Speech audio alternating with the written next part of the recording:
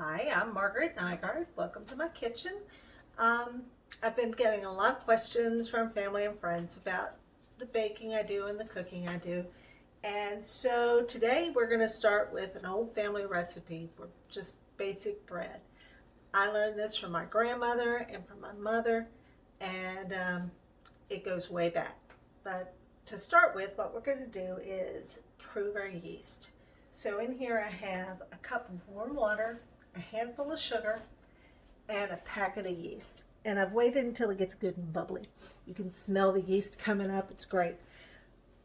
Now this recipe is weird.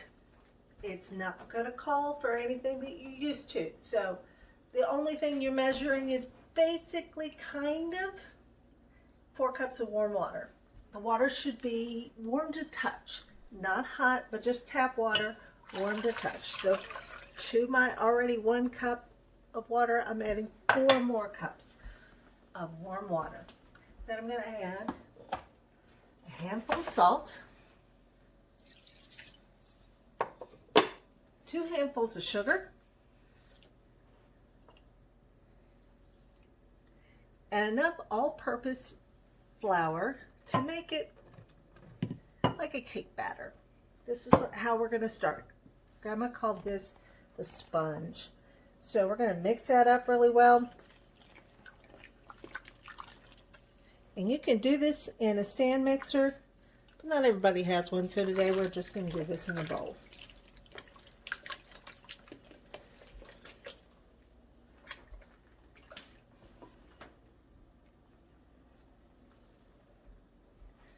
This recipe takes almost 5 pounds of flour. It will make 4 loaves of bread or 4 pans of rolls. And you're just going to keep on adding flour and stirring that in until it forms a ball.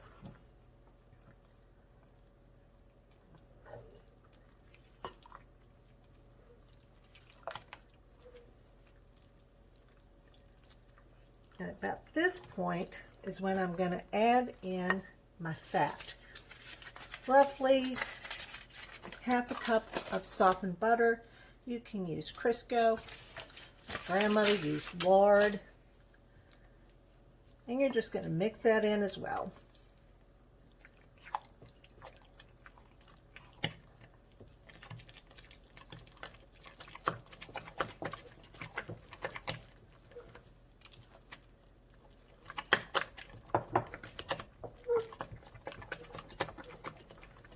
You're also going to want to use the biggest bowl you have. And this is a bowl we're going to also use to rise it. Or let it rise, sorry. More flour.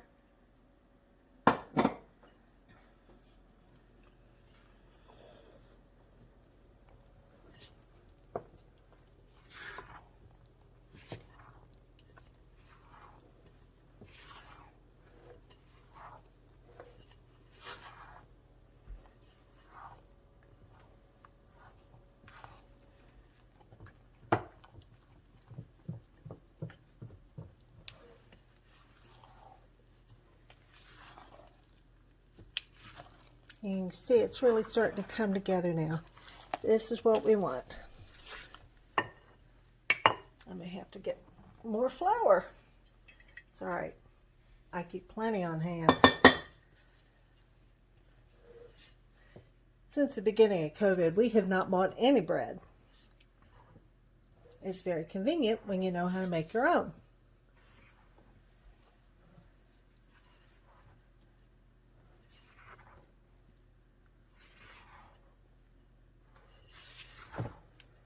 That's starting to look like it. Mush up that butter a little bit. Now, I know people are going, what are you talking about? A handful of this, handful of that? Everybody's hands are kind of, it all works out because you're all proportional. And that's what it is. Contrary to what people will tell you, yes, there is chemistry involved in baking, but it's not as bad as you think. Pause it for a second. Okay, so now we've got it coming together. It's time to turn it out so I can knead it. More flour And I always use plenty on here because it's going to be incorporated into this ball of dough while we're at it. So dump it on out. And now's when you get your upper body workout. So as you can see right now, it's pretty much a shaggy dough, as we call it.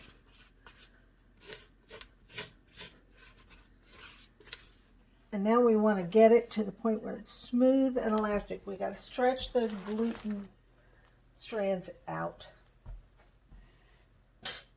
Get them to the point they're all together. The yeast is being fed and happy. So you still got butter coming out of it, but it'll all get incorporated.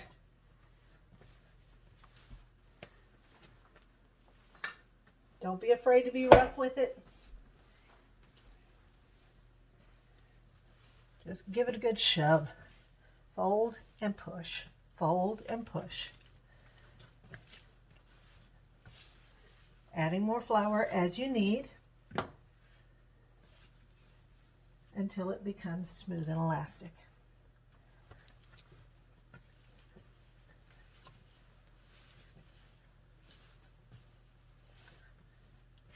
This is where a stand mixer can be handy because it'll take care of most of this for you. But you're going to need a big stand mixer. I have a 6-quart KitchenAid and it barely handles it.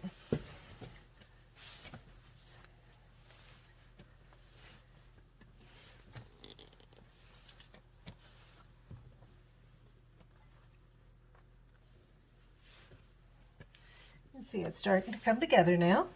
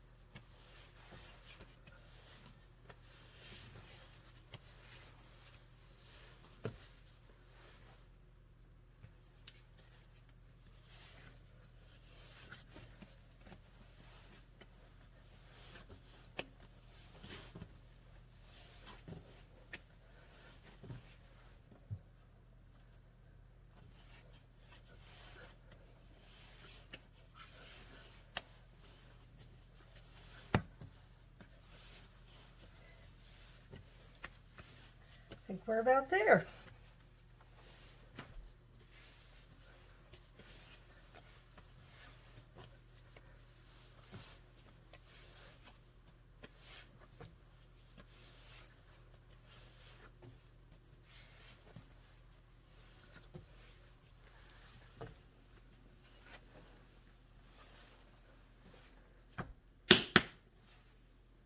Very nice. You can see it stretches well, pulls together. It's very elastic. This means the gluten's been activated. The yeast is doing its thing. And now we're going to let it rest. I'm going to take that same bowl, add some oil to it so that the bowl doesn't stick when it comes back out.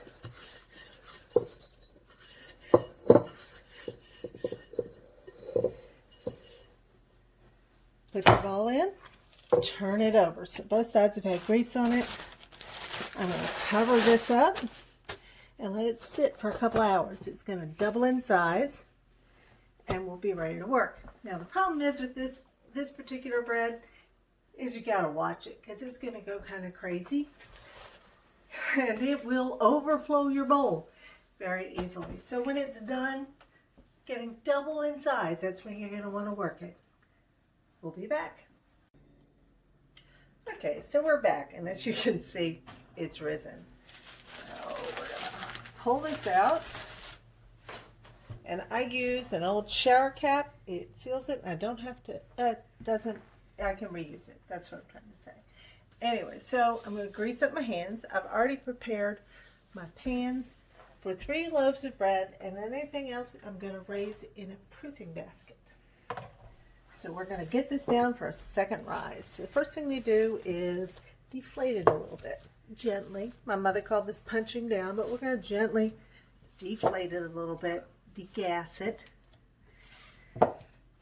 and then it'll rise again. And this lets the yeast really work, improves the flavor, really makes it special. So here's our big ball of dough. Done with the bowl. And we're just going to grab enough to fill a pan. I don't get real fancy with this. All I'm doing is tucking the ends under. Just like that.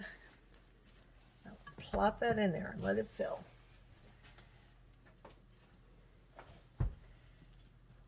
And the next one. Now the best part about this roll dough, or this bread dough, is that at this point I can put it in the freezer. This makes way more dough than the 2 of us can possibly eat, or way more bread than the 2 of us can possibly eat in a reasonable period of time. So I will take some of this. As a matter of fact, I'll take most of this and put it in the deep freeze. Wrap it tightly, and there it'll go. You do that before it does its second rise.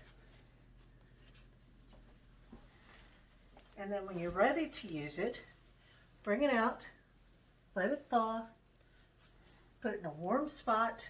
Once it's thawed out, let it rise again. Once it's up and filled the pan, go ahead and bake it, just like you normally would. All right. And now for this last one, this is one I'm going to bake today. I'm going to take my roll and pull that nice and tight and pop it in this lovely proofing basket. Set that in a warm spot and let it rise. I've lined that with, rubbed some all-purpose flour in there so it doesn't stick, and that'll do its thing. Now, just to protect it from anything in the room, it's ready to do. Now, all you're going to do to bake it is, once it's risen nicely, is at 375 for about half an hour to 45 minutes, depending on how big a loaf you've got or how big a pan. Sorry about that.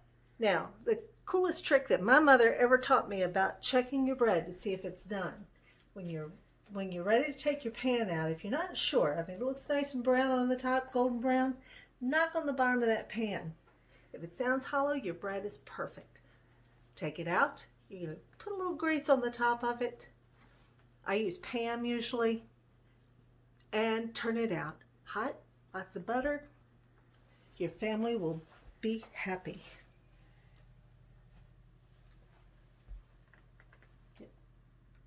Roll. Okay, so now I'm going to bake this loaf. Now I'm intentionally doing this to make it more like artisanal bread, as they say. So I've raised it in my proofing basket. I've preheated my oven to 400. And I've left it in there about 10 minutes past preheat so that it really heats up the baking stone that I put in there. So if Jim would stop pointing at things, we're going to open it up. And I have a baking stone on my middle rack. And all I'm going to do is take this and gently drop it on.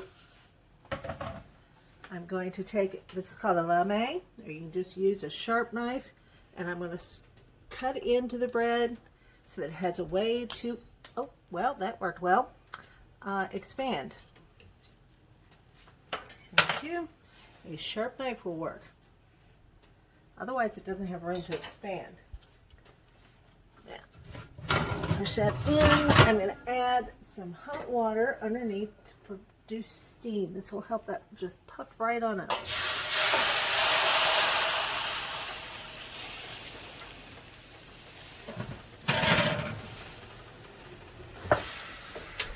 And now I'm going to reduce my temperature to 375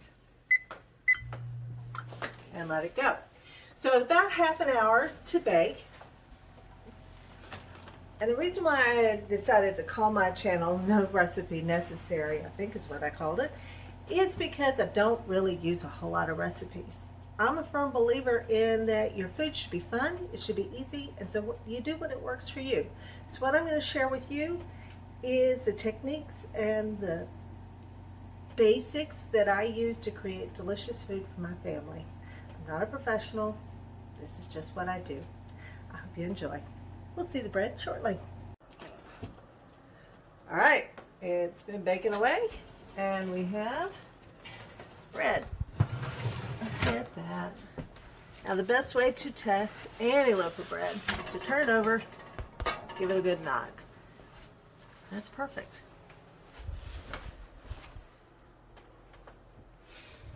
I'm going to let the baking stone cool in the oven. This is ready to slice and enjoy.